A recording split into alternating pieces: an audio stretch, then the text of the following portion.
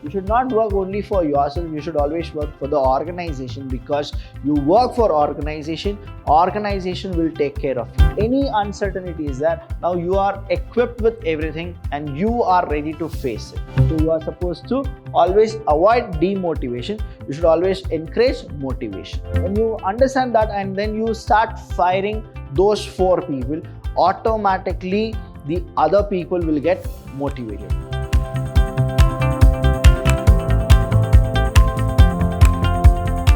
Hello everybody, a warm welcome to one and all. I'm Abhilash Chandra from the Department of Commerce and Management in Vidyashram First State College, the Temple of Excellence. Welcome to all the students for the 5th chapter that is called Motivation and Leadership. And today we're going to go with the first session, and here in this first session I'll be explaining you about what is motivation, and motivation has a meaning. So what exactly the motivation meaning is? When we go with this concept of individual and a group, the needs and the desires of individual and a group is totally different. I'll give you an example of it. Now, there is a difference between need and wants. What exactly the difference is? Need in the sense, the things which are basic for a person. And when it comes to wants, it is a desire what a person always go with. Example I'll give you, right? Without an example, you will feel that whatever I'm telling, you couldn't actually get it. So the basic and the desire, what exactly it is? It's a need for a person to wear clothes because he should cover his body, as well as if a cold or hot, whatever it is, it will protect you from those things. Now want is what? Now you want Armani clothing only. That is called your wants. So there is a lot of difference between need and wants. Now here if we go with it, we'll also understand that motivation is a process. What is it? Motivation is a process. What type of process is it? It will stimulate a person. So here it's more of stimulating people so that they can go with action, and that action will result to accomplishing the goal. So motivation is, it is derived from motive, which means needs, desires, wants or drives within the individual, and motivation is a process which will stimulate so that they will perform the action. That action will result to accomplishing the goal. One of the most important function of management is to create willingness. Please understand this word, willingness. Now, what is management? Management is an art of getting things done through others efficiently and effectively. But every day telling the same person the same work, now sometimes you get irritated, right? Now, every day, if there is an employee who always take command from the manager, and manager is giving him the same work of doing those things, now what happens is, the manager will also feel that, should I tell him every day? So what the manager should do is, instead of scolding him, he can actually go with, he need to create a willingness, saying that from morning 9 o'clock to 5 o'clock, you are supposed to do this. And if you do this, then you will be getting more salary, or you will actually get promotion, or you will get benefits, you get compensation, you get performance appraisal. Now what happens is, without asking the manager, that employee will perform every day, that is from 9 to 5, he'll finish his job very fast. So he'll not even listen to the manager's instruction, he'll go and he'll start doing the work the way the manager wants him to do it. Now what the manager has done, he has motivated the individual, saying that if you finish these tasks for entire 1 year, you will be getting promotion. Now, what is that they have done? They have created the willingness amongst the employees to perform in the best of their ability. Now, the employee, what he does is, he'll actually get all the work done within the time, and he'll report it to the manager every day. Seeing that, what happens is, he will attain the best of his ability. So the same way, Henry Fayol as well as F.W. Taylor have said the same kind of a thing in a different way. Henry Fayol said in his 14 principles, saying that subordination of individual interests should be actually transferred to the group and general interests. That means what? You should not work only for yourself, you should always work for the organization, because you work for organization will take care of you. So there is a motivation. The same way, F.W. Taylor, he has actually said in his principles of scientific management, saying that there should always be a development of each and every person to his or her greatest efficiency. The reason here why he said is, if you are showing your efficiency to the management, to the organization, definitely the organization and the management will recognize you, and they will actually think that what will be your next position. So the management and the organization are very keen about your performance. That is what they will go with. So let's understand the advantages of motivation. Through motivation, what all we can achieve. The first one here is high efficiency. The more and more we motivate a person, his attitude, behavior will change. When we are giving the person some motivational factors, what happens is he'll definitely work really hard and get the best out of his ability. Second is utilization of resources. Thirdly, we have reduction in labor turnover. Please understand the word labor turnover. What is labor turnover? That is, there are many people who will come to the office, they will work, and there are many people who will leave the office, or they quit the office, or the office people will actually fire them. That is what labor turnover is, inflow and outflow of laborers. Now, when we understand this inflow and outflow of laborers, what really happens is, if you don't retain your employees, that means there are two possibilities. One is the employer is not looking or taking care of employees. The second one is employees are not doing the work properly. So when you go with these two conclusions, then you will understand that there is one factor which is missing, that is called motivation. So it's a both way around, like two-way traffic, where employer should motivate the employees as well as the employee should work efficiently so that the employer will give them more salary. Next is readiness for change. Now, when you are motivated properly, now you get a self-confidence, and you can actually adjust to any situation and work in any criteria or any situational kind of a things. You can participate and you can get the work done. Now here, readiness for change in the sense, any uncertainty is there, now you are equipped with everything and you are ready to face it. After getting more motivational or you are practicing those things, what happens is your skills are really good. You will be able to handle any situation like contingent kind of a person. Next, achieving organizational goal. Now, when I told you about, you are supposed to always think about the organization goal. The more you achieve organizational goals, you will be recognized in the organization. That is what motivation will always have an effect. Helps with attitude of employees. Now, the way you were before and the way you are right now after getting motivation, it's a lot of changes will happen in you and within you. So understand, when it comes to attitude, you have a positive attitude or you have a negative attitude, but we will have something called attitude. Now, what exactly these things are?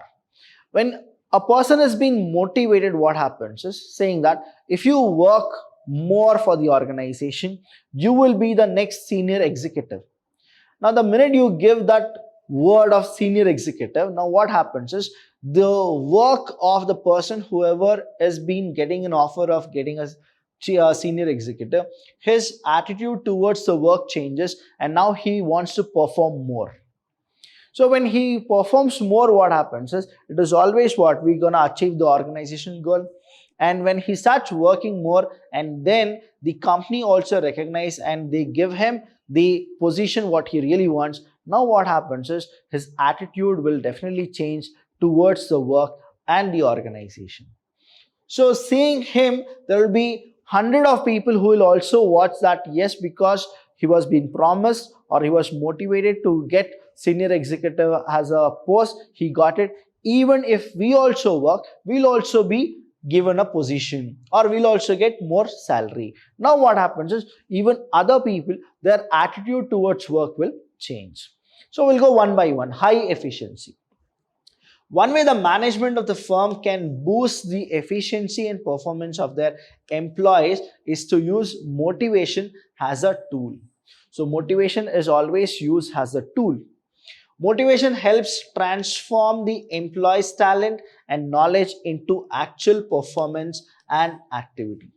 So through motivation, we can get what really the employee is capable of, and the employee will put all his efforts to bring the organization goal very near to us.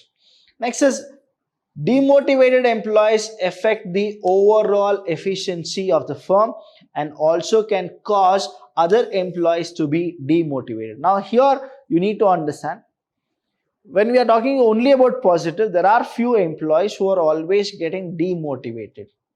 Now when you are supposed to characterize who are the people who are there and categorize them in a different way, and then you are supposed to motivate them. If they are the one who are not motivated, what happens is other employees are also affected with those of demotivation. Now here what happens is the entire organization will get polluted. So you are supposed to always avoid demotivation. You should always encourage motivation. Utilization of resources. Now, as I told you, when you get motivated, your attitude changes. When your attitude changes towards your work, you'll only think about how to get the better outcome. So when you go with that, the motivation helps stimulates employees, and thus they make the best possible choices, and so the best utilization of the factors of production and other resources. Motivated employees try to minimize their wastage and cost to better their performance. This will help with the firm maximize their potential and make the best use of their limited resources. So when you go with this attitude change or the behavioral change, you'll always maximize the efficiency and minimize the wastage. When you are minimizing the wastage, that means you know how much resources is there. Resources are very scarce. We are supposed to use it optimally, and that is how we'll go with it when we have a proper motivational factor which has been induced. Reduction in labor turnover. Now this is the very important aspect of the importance of motivation. Higher motivation also means better job performance, which lead to job satisfaction among employees. And so the employees do not want to miss out on opportunities and seek to do more and better work.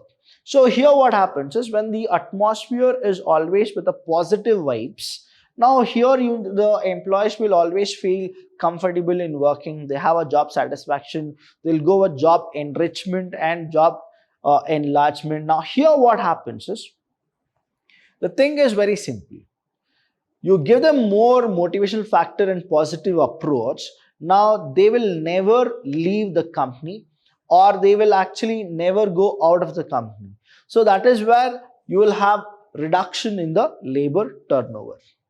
This will lead to commitment and loyalty among employees, which leads to lower absenteeism, and labor turnover among employees will also be reduced. Readiness of changes. Now every organization function in a very dynamic business environment, and with a change in the environment, the organizational also must change, the adapt and keep up with times. Now here, the more and more you are motivating a person, he will learn more.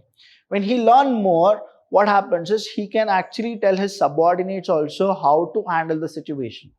Now it is always not about individual, it is always about group. When we go with a group dynamism, a person will be there like a leader. Now leader will motivate all his employees. Now all his employees are getting trained, and knowingly, unknowingly, a leader is creating leader among his employees or the team.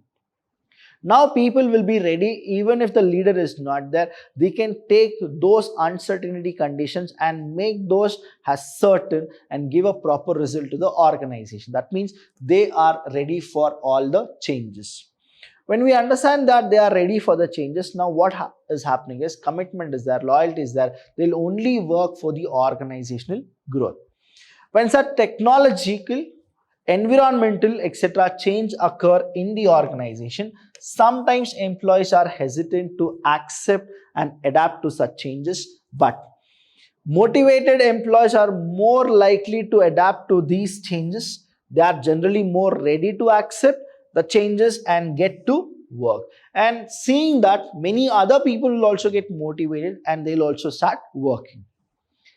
Achieving organizational goal. The best way to motivate employees is to line up their personal goals with those of organization. The motivated then work tirelessly to achieve not only their personal goal but also the goal of the company. Demotivated employees will not be overly enthusiastic about achieving organizational goal. So you are supposed to first specify that who are the people who are demotivated. You are supposed to take the negative out of them. You should also motivate them, give them a chance, and they'll also perform. So here what it does is, you should always encourage people and then make a line of personal goals and then match it with the organization goal.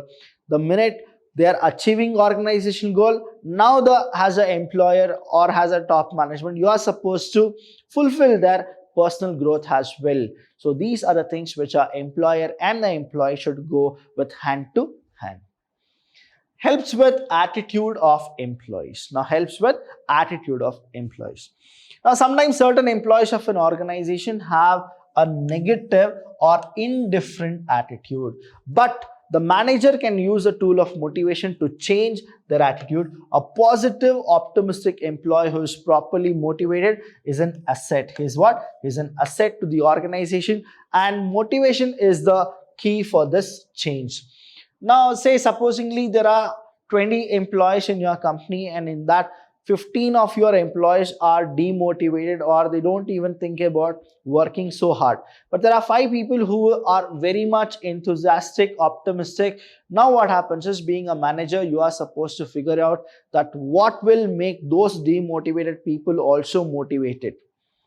If you go for a call saying that if you people work and you make targets of some kind of quantitative things, now what happens is, if you start paying those people who are achieving it, automatically those 15 people who got demotivated or who never wants to work, even they will fall under a motivational factor. They'll change. Supposingly there are 4 people who are not even bothered about whatever the motivation factor you are going with. Now it is a time for you to take a call.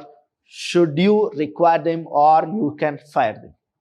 Do you really require them or you will fire them? When you understand that and then you start firing those 4 people, automatically the other people will get motivated. Or supposingly out of 4 people you have fired one of the person and you told them he should not come from tomorrow. Now automatically those 3 people will get activated. Now they'll also come to your conditions. So this is how the motivation will actually change the attitude of the employees. You have any doubt regarding this session, please do call us. We are always there to help you. Thank you so much. I'll see you when I see you.